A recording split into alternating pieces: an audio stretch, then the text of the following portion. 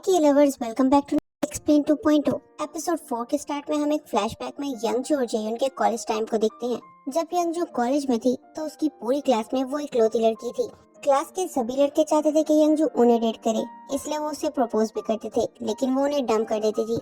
यंगजू की क्लास में सिर्फ एक जेयुन ही था जो बाकी सबसे कम्प्लीटली डिफरेंट था और उसे यंगजू कुछ खास पसंद नहीं थी। इवन उसे तो ये भी समझ में नहीं आता था कि बाकी सभी लड़के यंगजू के पीछे इतने ज्यादा पागल क्यों हो जाते हैं। जब उनका क्लास टीचर उन्हें एक असाइनमेंट के लिए पेयर्स में काम करने के लिए कहता है तो यंगजू जेयुन के पास जाकर उसे अपनी टीम में काम करने के लिए कहती है, लेकिन जेयुन उसे अपोलोजाइज करते हुए कहता है कि मैं पहले ही अपने फ्रेंड के साथ टीम बना चुका हूँ। तो उसका फ्रेंड यंगजू से कहता है, तुम मेरे साथ टीम क्यों नहीं बना लेती? अगर तुम कहोगी तो मैं तुम्हारे साथ काम करने के लिए इसके साथ टीम को खत्म कर देता हूँ। जेयुन ये सुनकर शॉक हो जाता है और यंगजू उसे कहती है, मैं तुम्हें सोच के बताऊंगी। वो ये कहकर वहाँ से चली जाती है तो जेयुन अपने फ्रेंड पे बहुत गुस्सा करता है। वो उसे कहता है, तुम हमारी 10 साल की दोस्ती को एक लड़की के पीछे खत्म कैसे कर सकते हो? उसका फ्रेंड उसे कहता है, वो कोई आम लड़की नहीं है, वो यंगजू है। लेकिन मुझे एक बात समझ में नहीं आ रही कि उसने टीम बनाने के लिए तुम्हें क्यों सिलेक्ट किया? जेयुन कहता है, मैं हूँ ही इतना हैंडसम इसीलिए। तो उसका फ्रेंड उसे कहता है, मुझे लगता है तुम्हें उसके साथ टीम बनाने के लिए एग्री हो जाना चाहिए था। वो उससे पूछता है, क्या तुम्हें यंगजू प्रीटी नहीं लगती?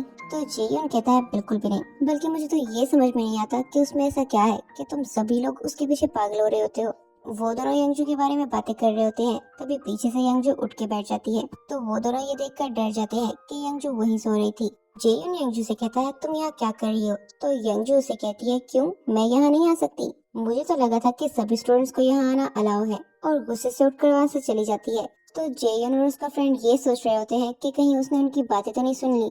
कॉलेज के बाद जेयुन एक पार्ट टाइम जॉब के लिए एक आइसक्रीम शॉप पे जाता है, जहाँ का ओनर उसे अपने ओल्ड स्टाफ से इंट्रोड्यूस करवाता है। तो जेयुन ये देखकर शॉक्ड हो जाता है कि यंगजू वहीं काम करती है। वो उसे वहाँ वेलकम करते हुए कहती है, ये तुम्हारी पहली जॉब है ना, लेकिन डोंट वरी, तुम्हारी नॉन प्रिटी और अनअट्रैक्टिव मेंटोर तुम्हें सब सिखा देगी। उसकी इन बातों से जेयुन को आइडिया हो जाता है कि उसने उन दोनों की सारी बातें सुननी है। इवन उसने तो उन दोनों की बातें रिकॉर्ड करके अपने फ्रेंड को भी सेंड कर दी थी। वो बस स्टॉप पे खड़ी उसे कॉल करके पूछती है, क्या तुमने इन दोनों की बातें सुनी है? जरा जेयुन को तो देखो, पता नहीं वो अपने आप को क्या समझता है। उसे लगता है कि मैं प्रीटी नहीं हूँ, लेकिन लगता है कि उसने मिरर नहीं देखा, क्योंकि उसका खुद का फेस तो फिश की तरह है। वो उसे कहती है, जेयुन ने जो कुछ भी मेरे बारे में कहा है, मैं उसका बदला उससे जरूर लूंगी।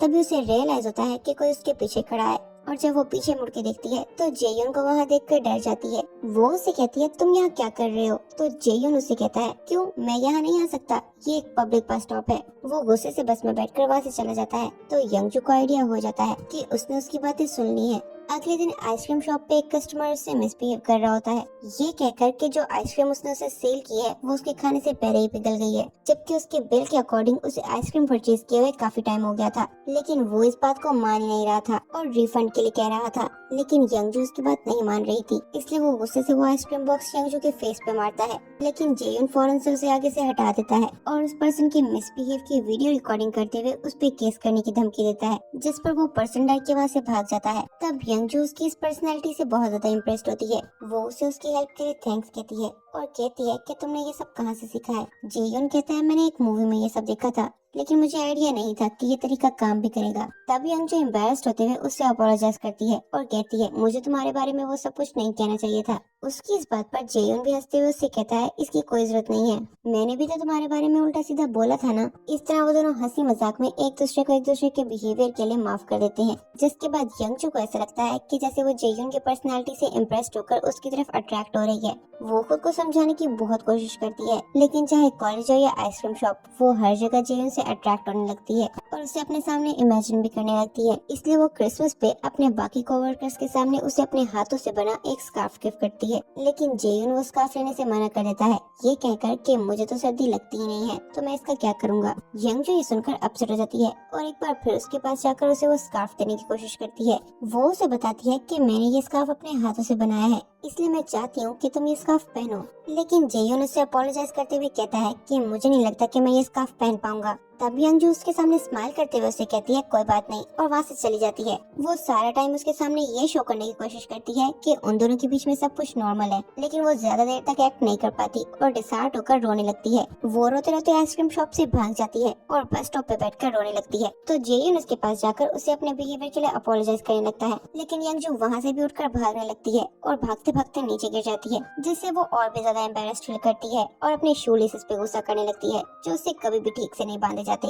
तब जेयुन उसके पास बैठकर उसे उसके शू लेसेस बांधना सिखाता है और प्रेजेंट में जब यंगजो के शू लेसेस खुल जाते हैं तो वो उन सभी मोमेंट्स को मिस करके रोने लगती है। दूसरी तरफ हम बेस में देखते हैं कमांडर उस ज़ॉम्बी में कन्वर्ट हुए हुए सोल्जर को मारने के बाद इन्हू और जेयुन से पूछता है कि मेरे ख्याल से अब ये सब खत्म हो गया है ना? तो वो दोनों डरते हुए उस सोल्जर की तरफ देखते हैं जिसे सोल्जर ने बाइट किया था। वो भी पूरी तरह से ज़ॉम्बी में कन्वर्ट हो जाता है और उन सब पे अटैक कर देता है।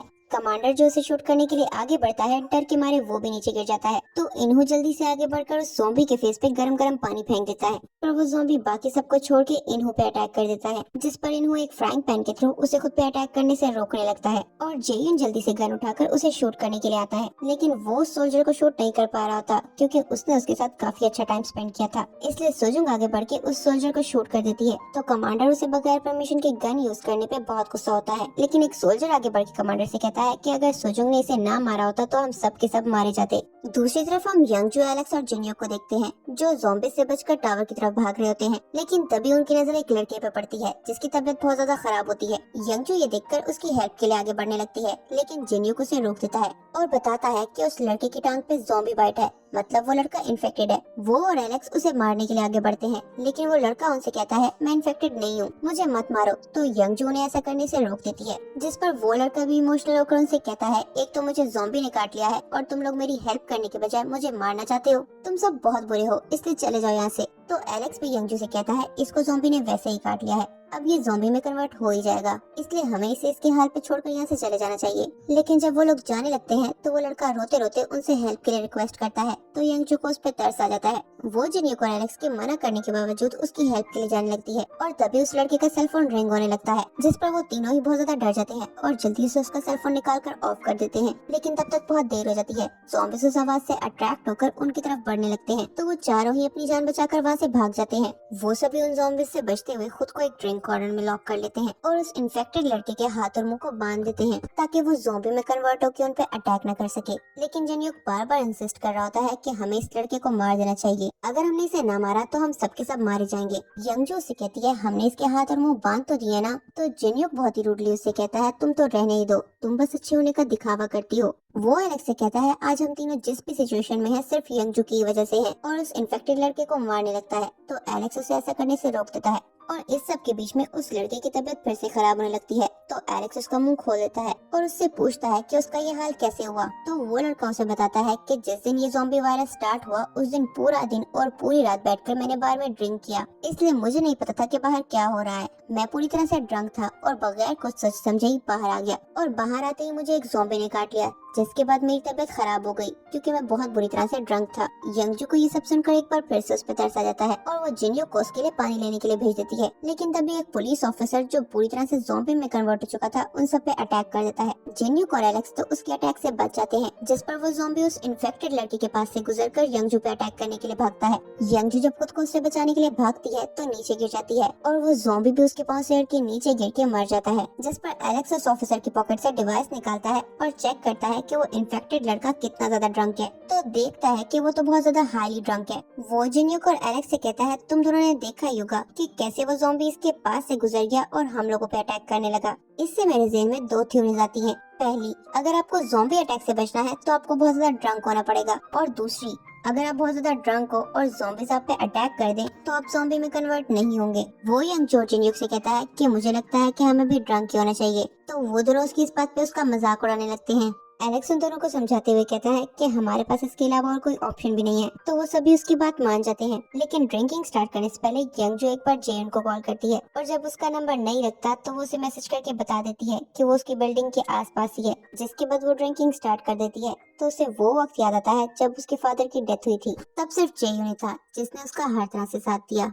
वहीं दूसरी तरफ हम जेयून को देखते हैं जो यंगजू को इतना ज्यादा मिस कर रहा होता है कि उसे रात को ठीक से नींद भी नहीं आती। वो सुबह होते ही यंगजू को कॉल करता है, लेकिन उसका नंबर नहीं मिल पा रहा होता, इसलिए वो उसके लिए और भी ज्यादा परेशान हो जाता है। वहीं दूसरी तरफ हम चीफ कमांडर को देखते हैं जो इन्फेक्टेड होता है और खुद को ज़ॉम्बी में कन्वर्ट होता हुआ देखकर रोने लगता है। इसी बीच इन्हू सभी सोल्जर से कहता है, सोल्जर चुलवो अचानक से ज़ॉम्बी में कन्वर्ट नहीं हुआ था और मैं जानता हूँ कि इसके पीछे क्या वजह है। वो उसकी कबर्ड से एक अल्कोहल बोतल उठाता है और सबसे कहता है कि चुलवो हर टाइम ड्रिंक करता रहता था। हो सकता है इसी वजह से वो ज़ॉम्बी बाइट के बावजूद भी फौरन से ज़ॉम्बी में कन्वर्ट नहीं हुआ। लेकिन वो सभी उसके इस बात को बिल्कुल भी सीरियस नहीं लेते और तभी अचानक से चीफ कमांडर के रूम से गन की आवाज आती है, जिसे सुनकर वो सभी देखने के लिए जाते हैं कि आखिर वहाँ हुआ क्या है। कमांडर जब उसके रूम में चेक करने के लिए जाता है तो ये देखकर शॉक्ड हो जाता है कि चीफ कमांडर ने सुसाइड कर ली है। ये सब देखकर जेयून को लगता है कि उन लोगों के यहाँ रुककर वेट करने का कोई फायदा नहीं है। वो इनहू से कहता है कि मुझे यंगजू को बचाने के लिए यहाँ से बाहर जाना होगा। तो इनहू कहता है ठीक है, मैं भी तुम्हारे साथ चलूंगा,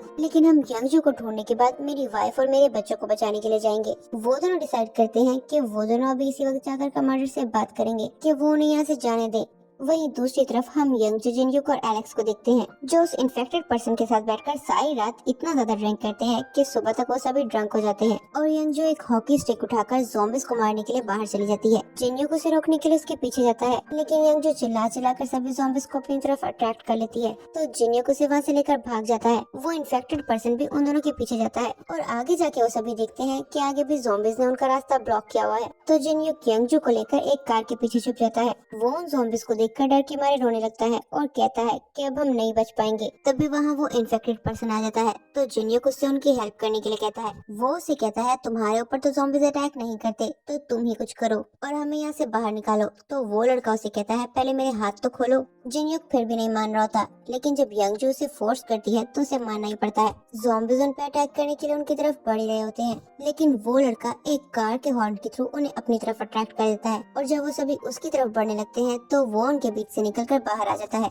वहीं दूसरी तरफ हम कमांडर को देखते हैं, जो चीफ कमांडर की डेथ से उम्मीदें खो चुका होता है और सुसाइड करने की कोशिश करता है। लेकिन तभी इनहू और जेयुन वहाँ आ जाते हैं, तो वो सिचुएशन को कवर करने की कोशिश करता है। इनहू और जेयुन उसके पास जाकर उसे समझाने की कोशिश करते हैं कि हम यहाँ स्टक हो गए हैं और हमारे पास खाना भी लिमिटेड है। थोड़े टाइम के बाद जब खाना और पानी खत्म हो जाएगा तो हम लोग कैसे सरवाइव करेंगे। आहिस्ता आहिस्ता हम सब वैसे ही मरने लग जाएंगे और कोई भी हमारी मदद के लिए नहीं आएगा। वो उसे ये सब इसलिए कह रहे होते हैं ताकि वो दोनों खाना और पानी लेने के बहाने से यहाँ से बाहर जा सके। लेकिन तभी कमांडर को एक कॉल के थ्रू पता चलता है कि एक सप्लाई से भरा हेलीकॉप्टर उनकी हेल्प के लिए उनके पास भेज दिया गया है।